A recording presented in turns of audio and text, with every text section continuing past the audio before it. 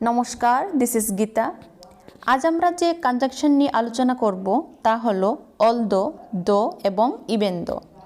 যখন কোনো সেন্টেন্সে যদিও, তা সত্ত্বেও, যাই হোক এই ধরনের শব্দ থাকে সেখানে এই তিনটি শব্দের মধ্যে যে কোনো একটি ব্যবহার করা যায়। এবার কিভাবে ব্যবহার করব চলো উদাহরণের মাধ্যমে শিখে নেই। যেমন, যদিও আমি তোমাকে ভালোবাসি কিন্তু বিয়ে করতে পারবো না। Although I love you, I cannot marry you.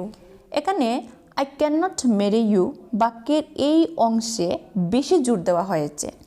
আমরা সেন্টেন্সে তবু বলার জন্য then also, even then, yet, still, however যে শব্দগুলি ব্যবহার করি, যদি সেন্টেন্সে অলদো থাকে তাহলে কিন্তু এই শব্দগুলো অলদো পরে আর সেন্টেন্সে কোথাও ব্যবহার হবে না।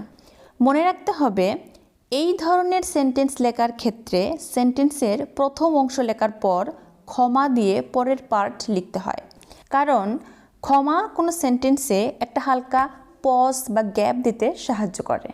নেক্সট, যদিও আমার অস্বস্তি লাগছিল তবুও বন্ধুদের সাথে বাইরে বেরিয়েছিলাম। Although I was feeling uneasy, I went out with friends. সুতরাং অলদো এবং দো এর মিনিংয়ে কোনো পার্থক্য নেই। দো এর ব্যবহার একটু ইনফর্মাল, আমরা সাধারণ কথাবার্তায় দো এর ব্যবহার করি, কিন্তু কোনো ধরনের এসে রাইটিং বা রিপোর্ট তৈরি করতে অলদো এর ইউজ বেশি বেটার হবে। যদিও আলাদা করে এর কোনো রুলস নেই। যেমন, যদিও আমি অসুস্থ ছিলাম তবুও কাজ করেছি। Though I was sick, I worked.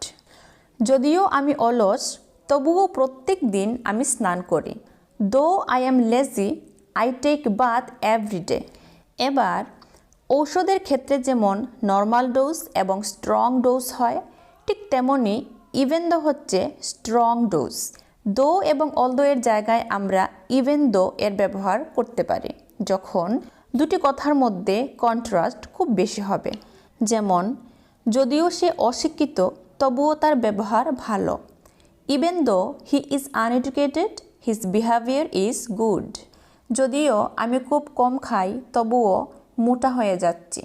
Even though I it very little, I am getting fat. ভিডিওটি কেমন লাগলো কমেন্ট সেকশনে লিখে জানাও। চ্যানেলে নতুন হয়ে থাকলে চ্যানেলটিকে সাবস্ক্রাইব করে নাও। I will come up with a new lesson very soon. Till then, tata, bye bye.